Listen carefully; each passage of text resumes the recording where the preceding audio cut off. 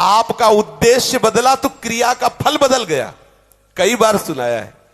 एक दुष्ट स्वभाव वाला आदमी था, तो जंगल में गड़ासा लेके खड़ा होता। वहां से चाहे वो महात्मा निकले चाहे वो गृहस्थ निकले, पहली बात उसका दंड कमंडल रुपया पैसा छीन लेना, और दूसरी बात उसको जिंदा ना छोड़ना। तो मौज, ऐसा हिंसक क्रूर स्वभाव का था, छीन लेना और मार देना। बहुत ध्यान से सुनना, ऐसा ही करता। अब एक महात्मा जो बड़े भजनानंदी तपस्वी त्यागी थे, तो ऐसे संतों के दर्शन मात्र से पाप नष्ट होते हैं। संत दरस जिम पातक टरे, बड़े भाग पाइप सत्संगा, विनय प्रयास होई भव भंगा। ऐसे महापुरुष का सानिध्य जो ही मिला तो उसने उठाया गड़ासा। तो उनका क्यों भाई, क्यों मारोगे? बोले हमारा व्यसन है, मारना हमारा स्वभाव है, हमारी आदत है, हमें नशा है, हम सामान छीन लेते हैं मारते हैं। बोले ऐसी दुर्गति होगी तेरी कि तुझे पता नहीं। वो तपबल संपन्न थे, वो जो जो बोल रहे थे वो ऐसा लग रहा था कि उसके दिमाग पे लग रहा है। थोड़ी ही देर में संभाषण मात्र, एक तो दर्शन दूसरा संभाषण, तत्काल उसके हृदय में कंपायमान, हृदय में भय पैदा हुआ, चरणों में गिर गया। महाराज मैं तो बहुत पाप की, ये देखो संत दर्शन का फल, कोई उपाय बताओ। महाराज सब छोड़ दूंगा यदि मुझे शिष्य बना लो। तो उनका तुम्हें ऐसे शिष्य नहीं बनाएंगे, पहले तुम भारत के तीर्थों का अवगाहन करो, जब तुम पवित्र हो जाओगे तब तुम्हें शिष्य बनाएंगे।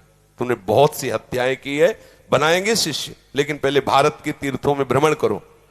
तो महाराज हम कैसे जानेंगे कि हम पवित्र हो गए, निष्पाप हो गए? तो उन्होंने एक सूखी लकड़ी दी और कहा जब ये हरी हो जाए, इसमें अंकुरण हो जाए, तो वहीं से लौट आना, जानना तुम निष्पाप हो गए।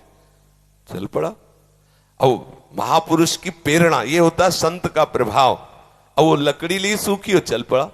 10 किलोमीटर चला होगा तो एक जंगल में एक बहुत बड़ा बट वृक्ष था, बरगद का, बहुत बड़े बड़े पेड़, बरगद के बहुत बड़े, उसकी जड़ से आके शाखाओं से नवीन वृक्ष की रचना, बहुत बड़ा वृक्ष था। उसी के नीचे सोचा रात्रि काट लेते, फिर हम तीर्थ यात्रा में जाएंगे। उसी के नीचे तो 4 बदमाश ऊपर चढ़े हुए थे, चोर, और वो समीप वाले गांव में चारों तरफ से आग लगाने का प्लान बना रहे थे कि तुम दक्षिण की तरफ से आग लगाना, तुम उत्तर की तरफ से आग लगाना, और फिर जो निकलेगा उनको मारेंगे, ऐसा ऐसा। उसने सोचा है इतने पाप किए हैं, तीर्थ यात्रा तो जा ही रहे, इन 4 को और मार देते हैं, क्योंकि ये 4 मरेंगे तो पूरा गांव बच जाएगा। अब जो तीर्थ ही जा रहे हैं तो जब 50-100 वो मारे तो 2-4 इनमें क्या जाता है। उन्होंने आवाज लगाई, ये सुनो तुम्हारा प्लान ठीक नहीं है। तो देखा कि कोई हमारे प्लान को सुन लिया, तो उनका देखो हम तुम्हारे गुरु हैं इस बात के, जीवन हो गया गड़ासा चलाते हुए, मुझे पता है तुम फंस जाओगे, नीचे उतरो। अब एक साथ थोड़ी उतरेंगे, एक एक उतर। बड़ा वृक्ष था तो जड़ की आड़ में उसको पता था, मारने का अभ्यास था, बिना अस्त्र शस्त्र के हाथ ही से मार दिया, 4 को मार दिया। मारा, सोचा अभी यहां तो हमने हत्या कर दी, अभी यहां नहीं रुकेंगे, आगे जो ही लकड़ी उठाया तो हरी हो गई। गुरुजी लोग कहा था लकड़ी हरी हो जाए तो वापस आ जाना तीर्थ यात्रा। अभी तो कोई गंगा नहाया नहीं, जमुना नहीं नहाया, तीर्थ यात्रा नहीं की, और लकड़ी हरी हो गई, पर गुरु ने कहा था हरी हो जाए तो वापस आ जाना। वापस चला गया। जो ही पहुंचा, कहा गुरुजी दंडवत।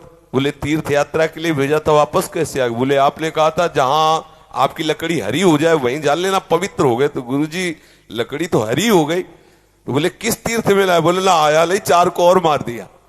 बोले 4 को मार दिया तो और पाप बढ़ना चाहिए, कैसे क्या? तब उन्होंने बताया पूरे गांव की रक्षा करने के भाव से मैंने 4। तो बोले देखो बेटा, अभी तक अपने स्वार्थ के लिए मारते थे, उद्देश्य था आपको अपने स्वार्थ का, तो वो पाप हुआ। लेकिन पूरे नगर के गाय बैल जीव जंतु स्त्री पुरुष बच्चे सबकी रक्षा का उद्देश्य रख के 4 को मार दिया, तो वो महापुण्य हो गया। अब समझे, क्रिया वही है, उद्देश्य बदल गया तो फल बदल गया उसका। आप गृहस्थ में जो क्रियाएं कर रहे हैं वही क्रियाएं प्रभु के लिए करने लगे, उद्देश्य बना ले प्रभु की प्रसन्नता, बात बन गई। सर्वधर्मान परित्यज्य मामेकम शरणम व्रज अहम त्वाम सर्व पापेभ्यो मोक्षयिष्यामि मा शुचा। तू चिंता मत कर कि धर्म त्याग का पाप लगेगा, मैं तुझे निष्पाप कर दूंगा, लेकिन तू मेरे चरणों का आश्रय ले ले। हर धर्मों की पूर्ति भगवत प्राप्ति से होती है। और प्रभु के चरणारविंद का आश्रय लेना परम धर्म है। जो धर्म कर्म प्रभु की प्राप्ति में बाधा पहुंचावे तजिए ताहि कोटि वैरिशम, उसे करोड़ों दुश्मन के समान त्याग देना चाहिए। जैसे तजो पिता प्रहलाद, विभीषण बंधु, भरत महतारी, गुरुबलि तजो, कंत ब्रज बनितन, बोले भेमुद मंगलकारी। इसलिए अपने जीवन का लक्ष्य प्रभु प्राप्ति बनाने वाले के लिए हर धर्म भगवत प्रसन्नता के लिए किया जाए, वही हो गया भगवत प्राप्ति का हेतु। समझ रहे? ऐसे कितने महापुरुष देखे गए अपने कुल कर्म को करते हुए भगवत प्राप्त हो गए, क्योंकि वो प्रभु की प्रसन्नता के लिए किया। अभी क्या करते हैं हम? जो भी करते हैं अपने सुख के लिए करते हैं, अपनी राजी के लिए करते हैं, और भक्त प्रभु की राजी के लिए करता। क्रिया वही है, उद्देश्य बदल गया, उसका फल बदल गया। समझ गए आप?